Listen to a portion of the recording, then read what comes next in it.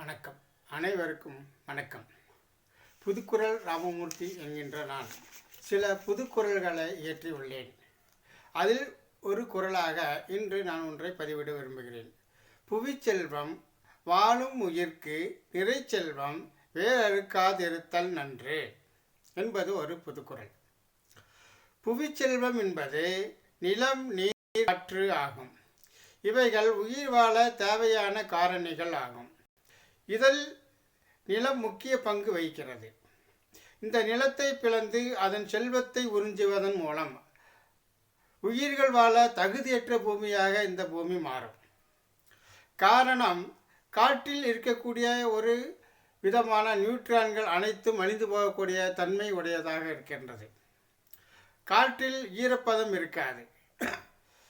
இதுபோல் இருக்கின்ற பொழுது மனிதனும் மற்ற பிற உயிர்களும் வாழ தகுதியற்றதாக இருக்கும். வறண்ட காற்று தான் நமக்கு கிடைக்கும். வறண்ட காற்றை சுவாசிப்பதன் மூலம் மிகுதியான நொடிகள் உருவாவதற்கான காரணங்கள் உண்டு. இதை குறித்து ஒரு நண்பர் ஒருவர் வலைதளத்தில் ஒன்றை பதிவிட்டிருந்தார்.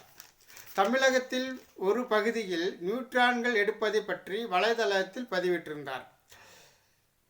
இந்த பதிவு எந்த அளவிற்கு உண்மை என்பதை உணர்ந்து கொண்டேன். நாம் அறிவியல் என்பது மனித வாழ்க்கைக்கு ஏற்றதாக இருக்க வேண்டும்.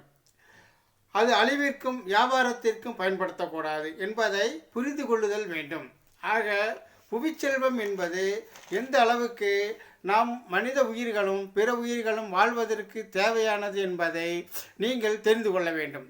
புவியை பிளந்து அதில் இருக்கக்கூடிய ரசாயனங்களை வெளியில் எடுத்து வியாபாரம் செய்வதோ அல்லது வேறு எதுவுக்கும் பயன்படுத்துவதோ மிக மிக தவறு என்பதை அறிவியல் ரீதியாக அனைத்து தரப்பு மக்களும் புரிந்து கொள்ள வேண்டும்.